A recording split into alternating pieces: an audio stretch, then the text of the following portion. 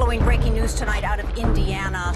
Two girls walking on a trail. The plan was to come here, have some fun, take some pictures.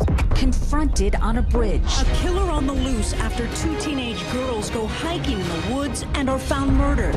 A chilling video captured by the girls shows their likely killer and his voice. But 4 years later, the haunting mystery still remains. Who did this? I know that voice. Who is that? The case that rocked a small town, grabbed national headlines, and had millions downloading the hit podcast Down the Hill. Now, HLN returns to Delphi with new questions. You think mistakes were made? Unprecedented access. Do you have his DNA? Exclusive interviews. It's still a very open case. Investigators need your help right now in finding justice. To the killer, we believe you are hiding in plain sight, and you want to know what we know. The Blockbuster podcast comes to television. This is Down the Hill. And one day, you will. The Delphi Murders.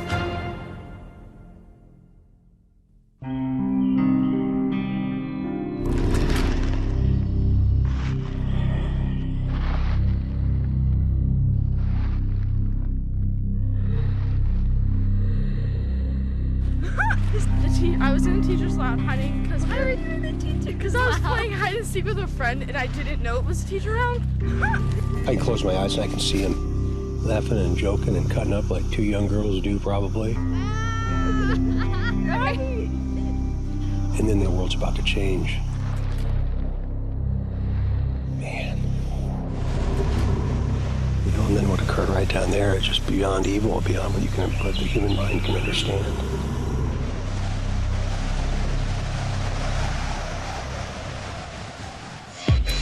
Two 13-year-old friends. They were dropped off, they were going to be picked up. Two girls were reported missing. They were supposed to meet a family member to be picked up. The girls never showed up.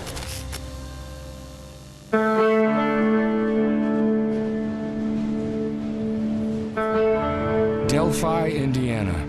A small historical town that was once the epitome of the innocence of Middle America, where neighbors knew neighbors and parents would allow their children to play on the streets alone, worry-free. But those days are long gone. Barbara McDonald and Drew Iden are the hosts of the HLN podcast Down the Hill, and they've returned to Delphi because the mystery that grips this town consumes them. We know that Liberty German and her close friend Abigail Williams took a walk across an abandoned railroad bridge one February afternoon. From there, it gets very murky. Play the clip, please. With facts and evidence clouded by rumors and theories. There is a palpable anxiety here. So many unanswered questions, and one chilling reality. It could happen again. We start with Libby's big sister, Kelsey. All right, everybody good? All right, Kelsey, so take us through that morning. So that morning, I actually slept in. The girls were up already. I was in the bathroom getting ready to go to my boyfriend's before work. Because Delphi Community Schools were not in session on this particular Monday, Kelsey's sister Libby and her friend Abby had a sleepover. I very much remember her opening the door really wide, and she's like, "Hey, Kels, do you want to go to Highbridge today?" Kelsey had made other plans, but she agreed to take the girls to the bridge. Her father, Derek, would be in charge of picking them up later. So when we left, we turned Heathens by 21 Pilots up really loud. We were singing to it. We got there pretty quick, it felt like, and I made sure they both had the sweatshirts that I told them to take. And I told Libby I loved her, and I watched them walk away. That was the last time Kelsey would see Abby or her sister Libby ever again. Kelsey and Libby at the time had been living with their grandparents, Mike and Becky Patty. I talked with Becky at their home. How often did the girls go out to Highbridge? I don't know about Abby, but the girls would go out just every so often. They would maybe be bored and decide that they wanted to do a photo shoot. But that was just something they enjoyed once in a while to go out there and do. And you were okay with that? Yeah, There's nothing else here in Delphi for them to do. Would I rather them be out on a public park, a trailway, and walking and getting some exercise than sitting in front of the TV or on a game box or something? Most certainly. The Monon High Railroad is an abandoned railroad bridge that straddles Deer Creek. It's an off-limits area adjacent to a Carroll County park called the Monon High Bridge Trail. The girls entered the park off a small county road, and at some point made it onto the bridge which abuts the park. Despite being officially off-limits to the public, the bridge is commonly visited by kids in the area. Part of its allure is its danger. The bridge stands a full 70 feet above the creek below and is in a state of disrepair. There are no railings, and the ties are rotting and some missing. It definitely requires very careful placement of your feet as you cross. Most of the time we would go during the summer. I would absolutely not want to cross it, but I wouldn't let her go by herself. I would cross it because she wanted to. Libby wasn't scared of anything, except needles and anything that caused pain. The far side of the bridge has no trail.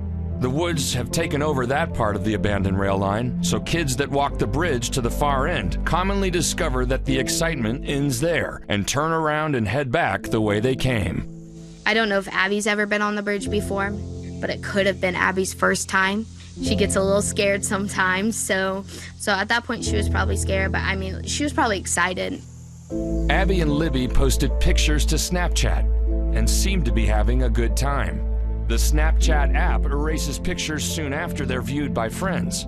But at least one friend, Erica, took a screenshot on her phone. A quick, easy way to hack the app. It was a happy photo at first. It was them having a fun day, and I didn't think anything bad of it. It was about 3:30. Derek called me and he said, I'm here at the trails. Have you heard from Libby? And I said, well, no. And he said, I've called her several times and she's not answering. Around 4:15-ish, my phone started ringing. It was over on the floor, charging, so I didn't hear it the first time. But then I got a second call, so I knew I really needed to go check it. And it was my grandma. She was kind of freaking out, but that was kind of normal for her, so I wasn't too worried. And I was like, no, I haven't heard from her, but I can head down to the bridge. I'll just call work and tell them I can't come in right now. So we headed down to the bridge and started searching. Coming up, night falls and fears rise. I remember Becky had said, Libby's afraid of the dark. And that was really the first time I considered the fact that there was something very serious.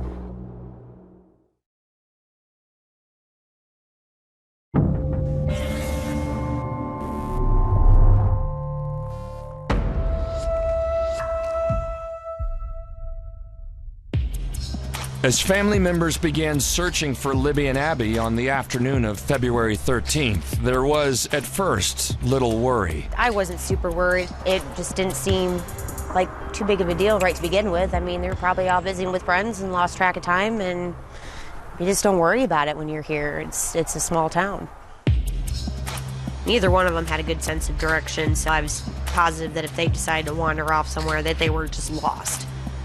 Because the idea that it could be anything but that just didn't make any sense. I mean, running away wasn't going to be a thing.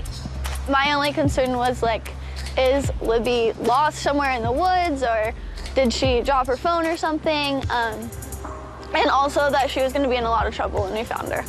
But I was sure that, like, there was a logical explanation, and it was just some fluke that happened. Then me and Cody crossed the bridge, and we're looking in the woods, and we couldn't find them anywhere. That's when I started to realize something was really wrong. I was at work when Kelsey called me, so I clocked out, went outside, and at first I laughed because she asked me, Mom, have you seen Libby? And I'm like, what? Ha ha, you know I haven't seen her. I'm 250 miles away, I'm at work. Carrie Timmons is the mother of Kelsey and Libby. Due to a bit of a complex family dynamic, Carrie was living and working near Lexington, Kentucky at the time. Kelsey shared the upsetting news with her mother. She said, well, we can't find her. What do you mean you can't find her? That doesn't even make sense. Like, this isn't funny.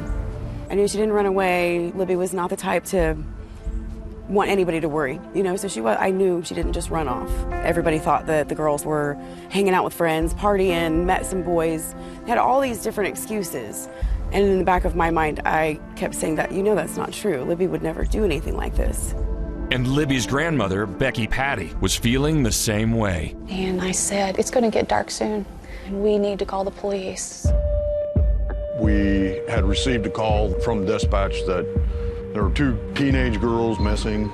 2 missing juveniles last seen at the High Bridge in Delphi, Indiana. All Delphi fire units requested to be en route to the station to help with the search party. So we sent all the personnel that we had to the Monon High Bridge area and to various areas within town. So we were up and down the streets looking for anything. We were knocking on doors and asking friends and neighbors. I remember the one moment when Becky had said, Libby's afraid of the dark. She would not choose to be out here if something wasn't wrong. And that was really the first time I'd considered the fact that there was something very serious. We had a sense of urgency. We need to find them. And you said as you knocked on those doors and asked people, they came out and joined the search. People began to come out and help. Hundreds of people were out in that wooded area looking for these girls. So in essence, the entire town that evening was searching in your own way. We had set up a command post, and I was called down to work with the city police chief, the sheriff, so that we had one central area to bring in the information and to throw out the ideas. Our success rate in Carroll County, Indiana, as far as being able to locate missing children is a high percentage number. So when you got the call that day that there were 2 missing girls here at the trails, what went through your mind? Initially, I thought, okay, no problem, we'll find them. And when did that change for you? Later in the evening and actually after nightfall, I thought, okay, something's different about this. It's February, so it gets dark quick. But there were people out searching all over. Well, it was somewhat humbling, you know that people were coming out, to truly help. It was amazing to see how many people, at a drop of a hat, dropped everything that they were doing and came out and searched. There was flashlights everywhere. Everywhere. It was just like the stars in the sky, I had contact with another department east of here. I asked them to maybe start searching Deer Creek and working this way, which is an 8-mile walk, by road, and it's even farther on the creek. So they started working in Camden, coming this way searching. There was so much stuff going through my mind at the time that I just kind of went with it, and I was yelling her name so that she could hear me, and I hope that she did hear us searching. I believe we were out till about 1:30 in the morning, and I finally met up with the sheriff and the city chief of police, and I said, my guys are volunteer. They have to go to work in the morning. We will do whatever you want, but I have to kind of look out for that aspect of, the volunteers. Look, we have blanketed, this area. I honestly feel like we could probably check it off and head home. I begged them not. I said, they don't have coats. It's getting cold. They don't have clothes for this weather. And so I remember looking at one of them and saying, can they make it through the night? And they said they've got youth on their side.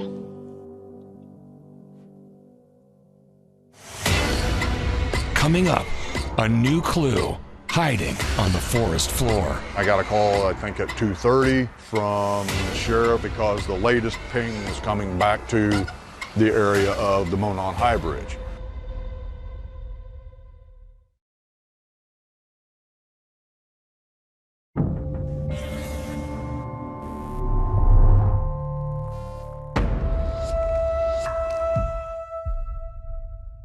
This is where the girls were initially dropped off by Kelsey. That's correct, yes. And they walked this way? Walked that way.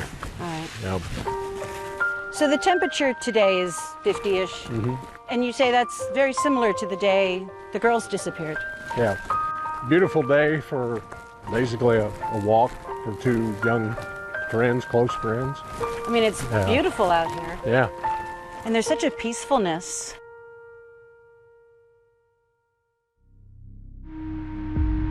In the very early hours of the 14th of February, and not long after the official search had been called off for the night, Sheriff Tobe Lesenby was notified that a cell tower had picked up a signal from one of the girls' cell phones. And I got a call, I think at 2:30 from the sheriff, and they were wanting some lighting to go out and see if we could find the cell phone because the latest ping was coming back to the area of the Monon High Bridge. Mike said they're not stopping. A few of us went back out to help search for the cell phone, and we didn't find anything at that time.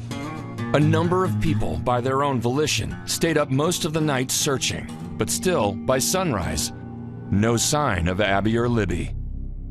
The last known whereabouts come from this Snapchat photo.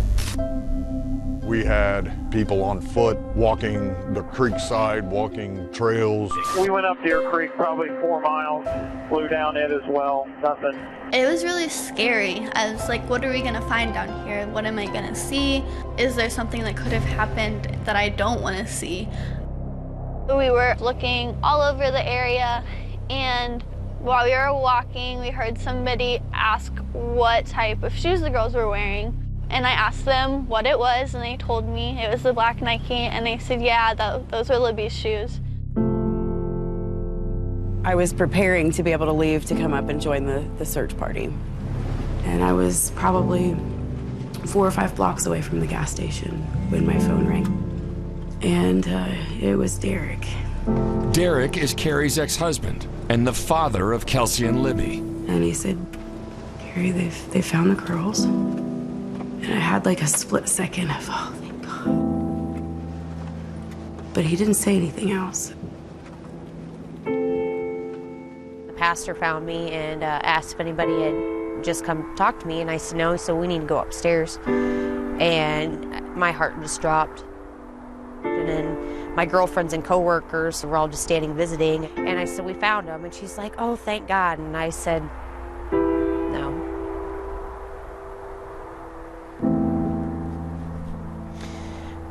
It's all just a blur after that.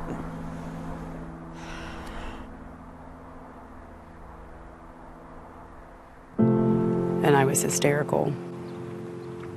I was like primal evil just came out of me and screaming no. And I said, are they alive? And he said no. I was just hysterical. People were staring at me, and I just wanted to disappear. I wanted it to all go away. I'd pulled up on the wrong side of the gas pump. Here I was outside of the pump screaming, and why can't I get the nozzle in the thing, because it wasn't even there. At that moment, I wanted to run across the creek and get to them. I was like, they're alive, I know they are, they have to be. And I knew that they weren't. In that moment, I was with another lady who had actually lost her brother in high school, and she just hugged me until I calmed down. Tell me about Libby. Was always very busy, had her hands in everything. Always wanted to make everybody laugh, wanted everyone to be happy. She was a free spirit, you know, so like she was fearless. Nothing scared her. She did everything herself, do it myself. Always so smart and so full of life, like everything. She was always happy, laughing. She was just everything. She was the glue that held everything together, honestly. Libby and Abby grew up just minutes apart in the quiet countryside just outside downtown Delphi. Abby's grandparents, Eric and Diane Erskine, met with me on the town square. Tell me about Abby and what she was interested in. She was very inquisitive. and she loved the outdoors. And I can remember she was so curious about bugs. She loved to catch bugs and crickets and frogs and toads, and she got this little kind of a kit. A bug box. A bug box. Yeah, here's a little bug box. She had like little salamanders, and she'd collect them, and of course, and then, you know, they would escape. Abby and Libby were gone. That the community knew. But the horrific truth about how they left this world was still unknown. And next, our investigation leads us to the scene of this horrific crime.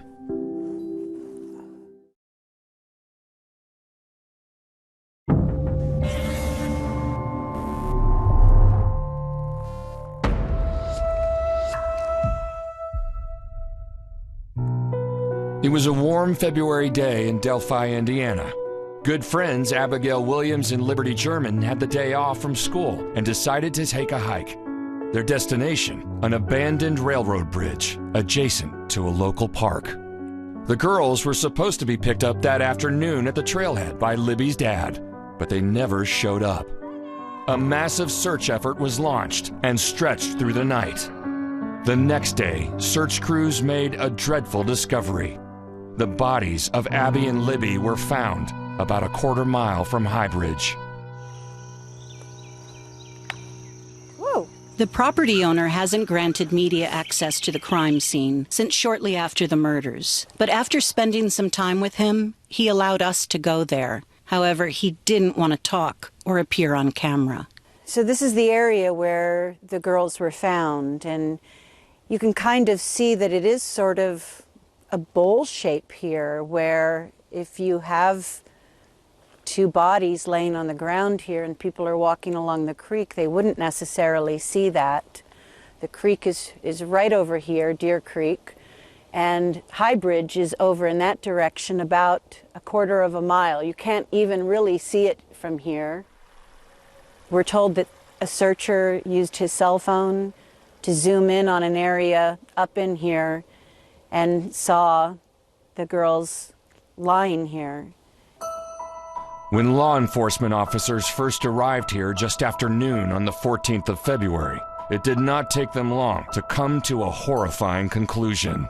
Was it obvious that foul play was involved? Yes, it was. It was very obvious. You could tell that this was not an accident. Somebody murdered these two girls. The bodies were discovered about 12:15 on the 14th. Struggling to figure out exactly what happened in this wooded area and why. That first hour, for me, it was disbelief. But not long after that, then our instincts and our training kicked in, and we went into investigative mode. Investigators calling the crime scene a complicated one. With the Indiana State Police and the FBI both allocating resources in the investigation, the people of Delphi began to confront a horrible reality: that the brutal homicide of two teenage girls happened in their community.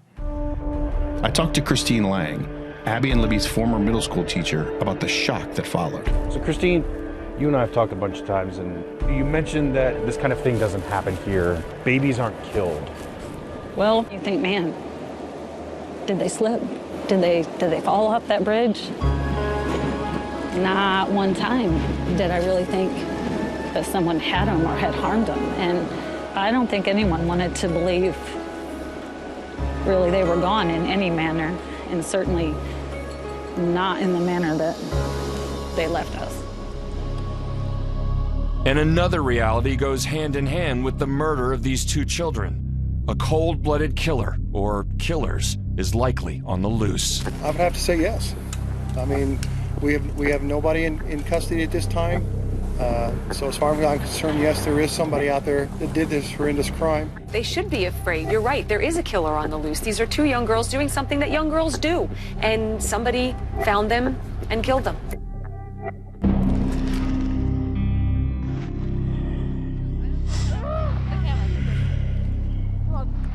Oh my God. Stop! I have a pose that I want to do. The camera. I've got like under an yes. Tell me about the immediate aftermath of this crime. It was very sad here. People didn't smile for days. I mean, it took a long time before anybody would even smile at one another. You know, we all tried to go back to work to try and find some sort of normalcy, but it was difficult. It was quite some time. In the days following the discovery of the bodies, the investigators were busy hunting clues in the vast area between the girls' last known location on the bridge and the place the bodies were found. But this task was proving to be a monumental challenge. Nonetheless, evidence that will shake this investigation to the core is hiding somewhere in the woods. Later, police reveal a shocking twist in the investigation. Only a coward would do such a thing.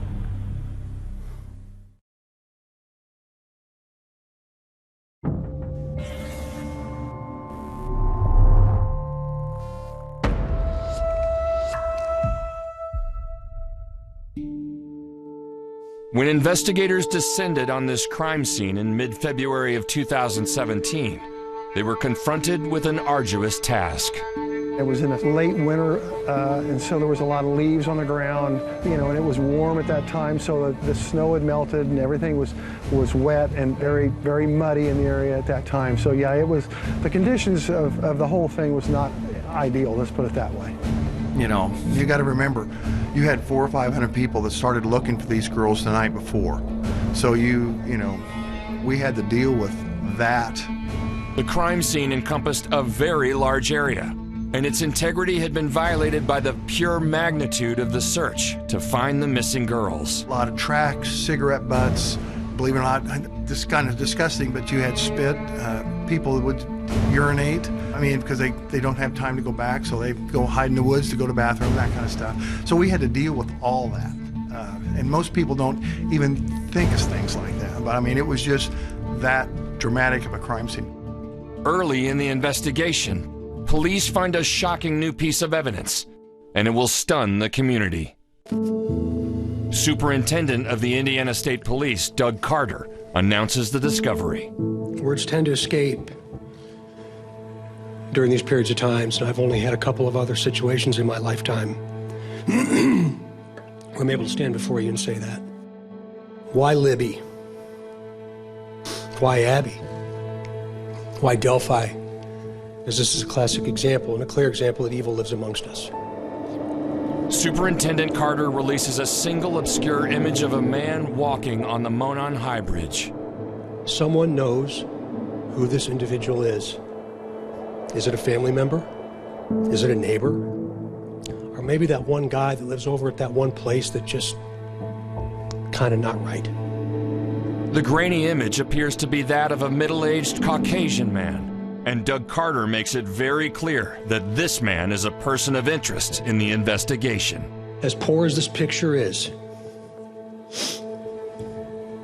somebody knows. Maybe it's his jeans. Maybe it's his jacket or his sweatshirt. Maybe it's his shirt tail. Maybe it's his posture. Maybe it's the right hand in his pocket.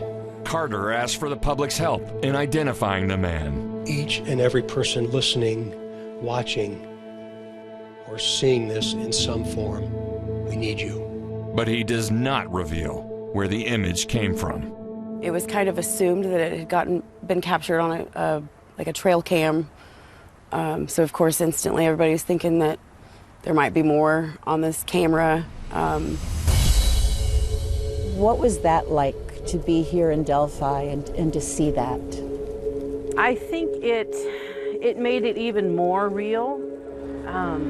It gave people a purpose to figure out how they can help to look for this person. Another image of the man is immediately released by investigators. It seems to have been taken within moments of the first.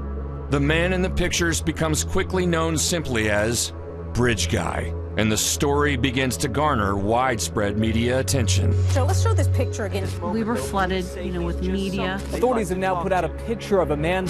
And so you saw a lot of media trucks and people interviewing. Young, so quiet. And people just stopping and wanting to say, hey, do you want to say a few words on camera? The girls were so young, and this is such an atrocity.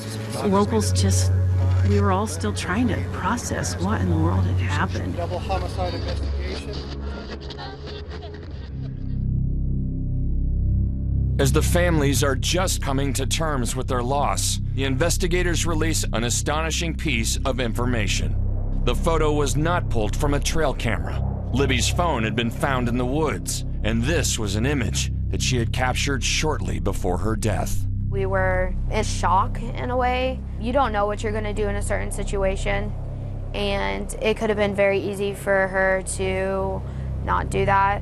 As unsettling as it is that Libby may have photographed the killer in the girl's last moments alive, in some ways, it became a source of pride for her friends and family.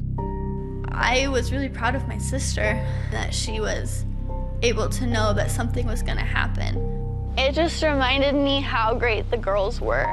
It was comforting to know that we had that evidence and that was going to lead us to the answers we needed. It was also very sad to know that she knew something was going to happen. I knew she was smart. I know she is smart. And she does that kind of stuff all the time. But it was crazy to think that she was able to know before something happened that she needed to do something. We were very proud of her. She knew something was up. She knew she had to do something. Probably didn't have service, so she thought of the next thing she could, and I don't think a lot of people do. Both of the girls were heroes. I don't think that one would have left the other. So to me, Abby is my hero because she stayed with my sister. And I love them both for that. Our room, it hasn't been used. It's been left. It's been turned kind of into a shrine. That's just her, you know, and the stuff all over her room, the mess, the Libby is still there. She had wanted to repaint her room. It was a lime green, and she wanted to paint it purple, and I kept saying, I don't have time right now. We'll get it painted. And finally she said, Grandma, just let me do it. And you know, she did a wonderful job. She had just finished painting it. Her paint can is still sitting there. One of the outlets doesn't have the cover on it because she didn't have it on yet, and we left it that way. That's how it was left. Next, evidence found on Libby's phone reveals her courage. And we hear 3 words that will shake this case and Delphi to the core. And later, new questions about what police may be keeping from the public. I'm sure viewers are thinking, why don't they release more information? People going, come on, if you know, why don't you tell us? The clash over clues. When Down the Hill continues.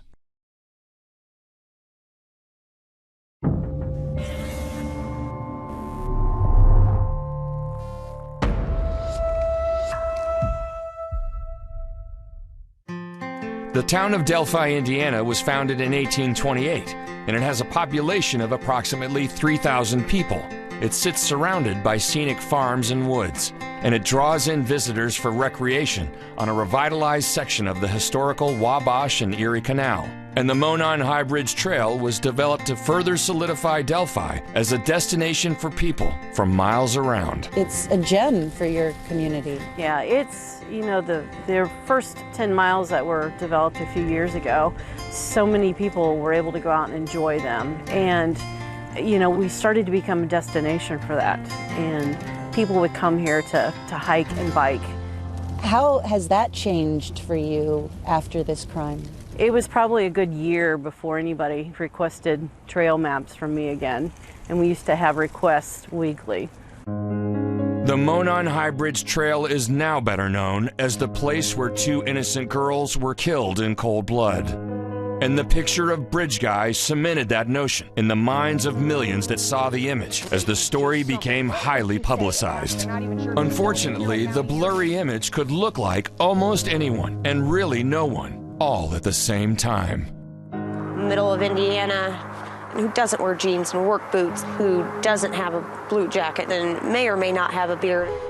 But authorities were preparing to offer up another astonishing piece of evidence that would send chills through the entire community. Just 7 days after releasing the photo of Bridge Guy, Indiana State Police hold another press conference in Delphi. Liberty had the presence of mind to turn on her video camera. What you're about to hear is just 3 words. The audio quality is not superb, but there's enough there that somebody could recognize this person's voice.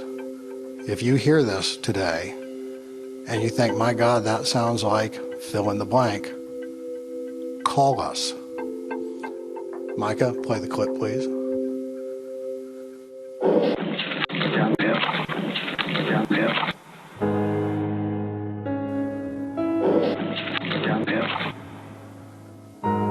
My initial thought was that is Satan's voice himself.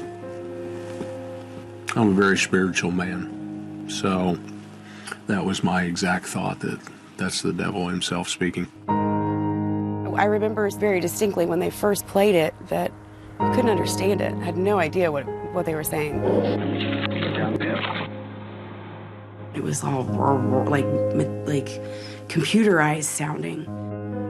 I think it was probably later that night or the next day that they had cleaned it up enough that you could hear the words. And it was like, why? But I remember thinking it didn't sound like he was, it seemed more like a conversation, not a demand. So it made it seem even more odd. The short, cryptic message was both perplexing and terrifying in its cold, candid tone. And although it was only 3 words, police hoped someone would recognize the voice. Did you spend time trying to figure out who that was? I always do, subconsciously, yes. Yes, that voice is kind of ingrained. And when I first heard it, I actually listened to it several times. I just closed my eyes to really focus, see if I knew or recognized that voice. Unfortunately, I don't. I continue to listen to it, still do today. It's always on my phone, I can pull it up. But it frustrates me to hear that voice was the last voice that our girls heard, With the release of the audio clip and the admission by police that Libby had been recording audio at the time, everyone seemed to have a theory about what happened and how much more evidence might be on that recording. A lot of the officers in the press conference we just saw seem very distraught. I have a feeling we're not hearing most of what they heard in that. What do you make of it? I think there is probably more audio. It's entirely possible that although she was able to hit the video button, the phone was probably in her pocket. She wasn't going to have it out, or obviously the perpetrator could take it from her. The bottom line is there could be more audio. It might include some very traumatic audio that is very disturbing. On the far side of the bridge, where the girls are thought to have been confronted, there is a hill that leads down toward a shallow section of the creek. And it is there, across the creek, where the bodies are found. It seemed like the pieces of the puzzle were coming together. And surely someone would recognize Bridge Guy with his image and his voice. See it, to hear it. Making shockwaves on TV and the internet. I thought that they would find whoever it was really quickly, like somebody was going to recognize him. You had to be somewhere close, and hours and turned into days and weeks and months. But as much as it seemed like the investigation was stalling, police were working leads tirelessly. We have full-time investigators that work on it every day. Coming up in part 2 of Down the Hill. Shocking new details in the investigation. It left me wanting to know, what else did he say? But do they get police any closer to catching the killer? Is it fair to say there is a lot of physical evidence in this case? New information that sets off a wave of paranoia in this small town. Oh, that was terrible. I made so many people feel uncomfortable. And a stunning new police press conference. Extraordinary investigative efforts. That will change everything. I'm shaking right now. New questions for police. Is there more audio from him than what's been released? Do you have his DNA? As we seek to unravel the mystery. There's things that existed there at that crime scene that when the day comes, here's the story it's going to tell. And new insight into the monster who killed Abby and Libby. It's very high risk for the offender to kill someone outside. So that tells me this is an offender who's very tolerant of high risk. All of that and more coming up. The final hour of Down the Hill, the Delphi murders, starts right now.